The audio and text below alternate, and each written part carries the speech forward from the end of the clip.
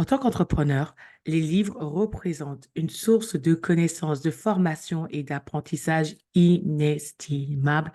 Et c'est pourquoi il faut tâcher de lire le plus que possible. C'est parfois un défi, mais je crois qu'avec la persévérance, on peut y arriver. Dans cette vidéo, je veux te présenter 4 livres à lire pour gérer et multiplier ses finances selon les principes bibliques. Je suis Pascaline Monlouis, la fondatrice de Prière 100% Business et l'auteur du livre Prière 100% Business, le premier parcours de prière pour les entrepreneurs.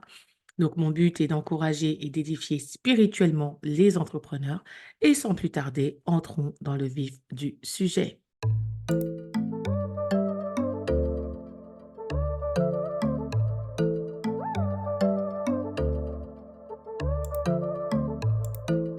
Alors, le premier livre que je vais te présenter, c'est ce livre-ci de Jim Rohn qui s'appelle Stratégie de prospérité. Le mot prospérité, il faut faire attention parce qu'effectivement, souvent, on fait le raccourci avec l'évangile de la prospérité, qui est une doctrine qui veut dire qu'en gros, que bah, si Dieu te bénit, tu vas être riche. Enfin, raccourci comme ça. Si tu es riche, c'est que Dieu te bénit, plutôt dans ce sens-là. Ce qui n'est pas forcément juste, en vrai, et ni vrai. Donc voilà, mais sans bugger sur le mot prospérité, c'est vraiment un livre excellent. Il faut savoir que Jim Rohn est un homme qui a vraiment, il est considéré comme l'un des plus grands penseurs de son époque, notamment dans le monde entrepreneurial et professionnel. Ça a été un grand conférencier chrétien. Et souvent, moi, quand j'écoute de ses enseignements ou autres, c'est marrant, j'ai l'impression d'entendre un pasteur pour des gens du monde professionnel. Et quand bien même il n'opère pas d'un point de vue, enfin, dans l'Église ou de manière, je viens de dire, purement chrétienne, si je peux dire ça comme ça, je ne sais pas si ce serait clair, dans toutes ses conférences, dans tout ce qu'il dit, dans tous ses messages, il y a toujours vraiment ces fondements bibliques, je veux dire, ces exemples bibliques. Enfin, vraiment, c'est très fort et on sent la foi vraiment de cet homme-là. Et vraiment, voilà, vraiment, moi, j'aime beaucoup, en tout cas, écouter ces messages, beaucoup de sagesse, beaucoup de bon sens, beaucoup d'intelligence. Et ce livre-là, Stratégie de prospérité, est vraiment excellent. Donc, je vais lire derrière ce qui est écrit. Faire jaillir la source de prospérité en vous. Êtes-vous en voie de devenir, d'accomplir ou d'acquérir ce que vous désirez vraiment, ou laissez-vous les autres vous dérober votre rêve? Rien ne vous oblige à choisir entre la prospérité et le bonheur. Ils jaillissent de la même fontaine d'abondance. Mais d'heureuses occasions se présentent invariablement à ceux qui savent développer leurs talents, qui ont de l'ambition et qui, grâce à la discipline et à la persévérance, font preuve d'initiative. Selon Jim Rohn, la prospérité vient à celles et à ceux qui planifient de façon stratégique leur destinée pour vivre pleinement en fonction de ce qu'ils ont décidé. C'est ce qu'il a observé chez les gens qui ont obtenu le succès et la richesse.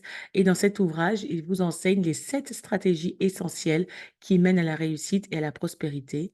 Libérer les pouvoirs des objectifs, étendre la sphère de ses connaissances, apprendre à changer, s'occuper de ses finances, maîtriser le temps, s'entourer de gagnants, là, apprendre l'art de bien vivre. La philosophie de Jim Rohn a aidé des millions de gens à améliorer leur vie.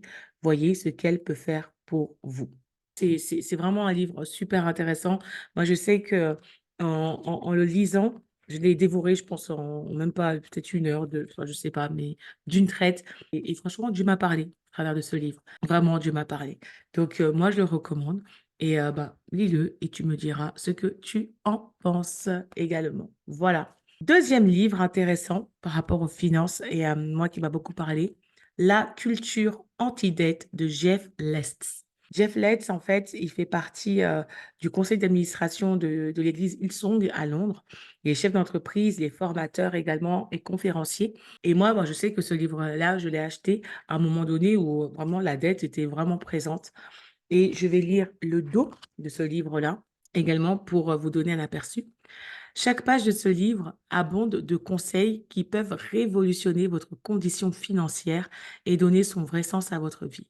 Ces lignes directrices pratiques et faciles à suivre vous offriront une nouvelle perspective sur le sujet des finances et sur la part que le Père vous confie dans son plan pour ce monde. Jeff Letts est issu d'un milieu social défavorisé. Dans les rues de Chicago, ce jeune enfant vulnérable et blessé a connu la drogue et la dépravation. Après avoir miraculeusement rencontré Dieu à l'âge de 15 ans, le cours de sa vie a changé à jamais. À 24 ans, Jeff était déjà lourdement endetté. Pour comprendre ce que la Bible avait à dire sur l'argent et la pauvreté, il s'est lancé dans l'étude de la parole. Au fur et à mesure que les principes bibliques prenaient tout leur sens, il les mettait en pratique. À 31 ans, il a gagné son premier million. Dans cet ouvrage, Jeff nous fait part des vérités bibliques et pratiques qu'il a découvertes pour que nous puissions nous aussi les apprendre et les appliquer à nos finances en particulier et à notre vie en général. Jeff a exposé l'économie biblique à plus d'1 million de personnes. Il a aidé des pasteurs et des chefs et des églises entières à comprendre les clés qui mènent à la liberté financière et qui font du chrétien une bénédiction pour sa génération. Vraiment un livre intéressant et je vais vous lire, donner un aperçu du sommaire, pardon, du sommaire. Alors, le chapitre 1, le début du voyage, chapitre 2, une approche holistique, chapitre 3, une perspective fraîche sur l'argent et la gestion, chapitre 4, une perspective fraîche sur la dîme et le don, chapitre 5, né pour être béni, chapitre 6, une mentalité nouvelle vis-à-vis de l'argent, chapitre 7, Jésus et les finances, chapitre 8, train de vie raisonnable, générosité extravagante, chapitre 9, établir un plan financier. Voilà. Donc, un livre, il n'est pas très long. Voilà. Il fait une centaine, donc 146 pages, mais très puissant. Et je pense qu'il pourra aider beaucoup d'entrepreneurs. Donc, je recommande. Troisième livre, extraordinaire, mais un livre Bien, richesse et argent de Earl Pitts et Craig Hill. C'est l'un des premiers livres sur la dimension financière que j'ai lu et vraiment qui m'a tellement interpellée, qui m'a tellement époustouflée, concret, pratique, avec toute une dimension spirituelle également sur l'argent, enfin, extraordinaire. Alors, je vais lire le dos pour vous donner un aperçu. Bien, richesse et argent constituent une lecture unique en son genre qui révèle les principes bibliques pour les finances à travers l'inspiration et la sagesse qui ont été accordées à Craig Hill et Earl Pitts. Craig et son épouse Jeanne vivent près de Denver, Colorado, et sont responsables de l'œuvre Family Foundations International. Craig est un conférencier et enseignant de la Bible de grande valeur qui a déjà écrit plusieurs livres. Earl et son épouse Dorothy vivent à Cambridge, Ontario, Canada. Earl enseigne sur les finances et sur la gestion des entreprises sur tous les continents depuis 1984. Craig et Earl sont depuis de longues années des amis qui ont souvent collaboré dans le domaine des finances. Voilà, ils se sont rencontrés dans le cadre de Jeunesse en mission au début des années 80. Les deux ont uni leurs efforts pour une écriture à deux mains de cet ouvrage, unique en son genre et riche d'un enseignement caractérisé par une grande perspicacité, tant au niveau pratique que spirituel. Nous sommes certains qu'il modifiera pour toujours votre manière d'envisager et de gérer les finances. Et franchement, c'est vrai. Je vais donner un aperçu. Voilà, de la table des matières, du sommaire. La première partie, on parle de l'équilibre dans la sagesse financière. Donc, au début, il parle directement de la puissance qui régit l'argent, donc le facteur mammon. Là, il parle de la foi du moineau, des deux sphères, deux systèmes économiques différents qu'il décrit. La deuxième partie, 5 usages bibliques de l'argent. Donc, chapitre 4, semences pour le semeur. Chapitre 5, du pain à manger. Chapitre 6, fermer le cercle. Chapitre 7, faire face à ses dettes.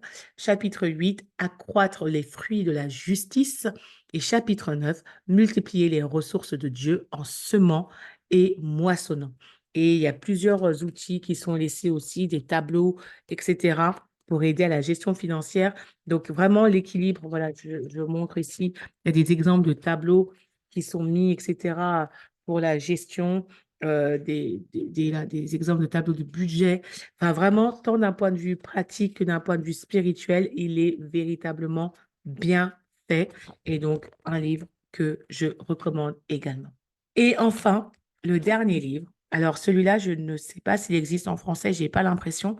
En tout cas, à l'époque où moi, je l'avais, je ne l'ai pas, donc je vous mettrai de toute façon toutes les infos dans la barre d'information. Un livre extraordinaire, Business Secret from the Bible. Donc, Spiritual Success Strategies for Financial Abundance du rabbin ou rabbi Daniel Lapin. Daniel Lapin, Lapin en français, mais Lapin, c'est mieux pour lui, je pense. Donc, c'est un rabbin aux États-Unis qui intervient beaucoup dans le milieu évangélique pour parler des finances. Il a écrit un livre qui s'appelle Tu prospéreras. Et donc, du coup, il est très riche de c'est un juif en fait, et de cette sagesse juive de la Torah, de la Bible, et de laquelle il extrait des principes qui fonctionnent. Et on sait aujourd'hui que les Juifs sont dans une dimension financière qui est totalement différente, et vraiment on voit une prospérité. Et finalement, quand on lit le livre, il est juste excellent. Ce livre-là, il faut que je le relise. Il faut que je le relise, il est juste excellent. Et juste pour donner quelques éléments là de ce qui est écrit au dos en traduisant en français, donc, dans ce livre, le rabbin Lapin explique comment l'entrepreneuriat ou les affaires est une manière de mesurer notre interaction avec les autres, et comment la Bible nous guide pour servir les autres, pour les servir dans le but d'un gain mutuel. C'est simplement en unifiant les affaires, les relations et la spiritualité que l'on peut atteindre un vrai succès, ou un succès durable, tant financier que personnel. Si on se focalise sur les affaires, l'entreprise ou l'entrepreneuriat, et le fait de travailler dur, mais qu'on ne comprend pas pourquoi on ne réussit pas, voilà, ce livre est pour toi. Donc voilà, si tu es entrepreneur, si tu as des affaires et que tu travailles dur, mais que tu n'as pas plus de résultats que ça, voilà, ça c'est un livre qui va vraiment t'aider. Business Secret from the Bible va te tirer de la confusion pour t'emmener dans l'abondance en 40 étapes très simples. Donc, j'ai résumé un peu, j'ai traduit. Mais voilà, mais franchement, ce livre-là, il est excellent. Si tu parles anglais et que tu peux te le procurer, je te le recommande. Et je vais voir s'il existe en français depuis, s'il a été sorti. En tout cas, un livre à lire, assurément, mais d'une sagesse extraordinaire. Et effectivement, quand on lit ce livre, le rapport à l'autre dans le cadre de l'entreprise est totalement différent, et il est juste hyper puissant. Donc, voici les 4 livres que je recommande pour pouvoir gérer et multiplier ses finances selon les principes bibliques. Si tu veux te procurer voilà, un ou plusieurs de ces livres, je vais mettre toutes les informations dans la barre d'informations. Et si tu as d'autres livres sur le même sujet, n'hésite pas à les partager en commentaire. Ils pourront m'édifier moi, mais même toute la communauté du coup. Avant de conclure du coup cette émission, je vais simplement prier pour toi. Donc, Père éternel, merci, merci, merci pour l'entrepreneur qui m'écoute maintenant et qui a pris note de ces livres. Je crois que tu voulais parler et encourager aussi quelqu'un au travers de ça. Donc, vraiment, je prie pour que la lecture de ces livres soit un encouragement, ou la relecture de ces livres soit un encouragement, mais également ouvre de nouvelles perspectives dans la gestion financière, tant de nos vies que de nos entreprises. Père, pour l'entrepreneur qui m'écoute, je veux décréter et déclarer que oui, il y aura un renouvellement de l'intelligence et une nouvelle compréhension de sa situation actuelle, et que dans ces livres, il y aura des clés, des pépites qui vont créer des déblocages et lui permettront de gérer et multiplier toutes les finances qu'il pourra générer grâce à son entreprise. En tout cas, qu'il ou elle pourra générer au travers de son entreprise. En tout cas, je te bénis. Je bénis la vie financière et la santé financière de l'entrepreneur qui m'écoute maintenant. Je te demande de poser ta main, de pointer peut-être ce qui est dysfonctionnel, ce qui ne va pas, notamment la lecture de ces livres, de rétablir et de rebâtir sur d'anciennes ruines, Seigneur, afin que les finances de cet entrepreneur qui m'écoute maintenant soient bénies et qu'elles puissent se multiplier, non pas pour un intérêt personnel, mais véritablement pour la gloire, pour ta seule gloire, Seigneur, et l'avancement de ton royaume. Alors vraiment, sois béni, Seigneur. Merci encore pour voilà, cette émission, pour ce que tu as pu donner et révéler. Et puis, je prie pour que ta bénédiction demeure sur l'entrepreneur qui m'écoute maintenant, au nom de Jésus-Christ. Amen. Eh bien, écoute, Que Dieu te bénisse abondamment et je te souhaite une très bonne lecture et je te dis à très bientôt pour une prochaine émission. Bye bye.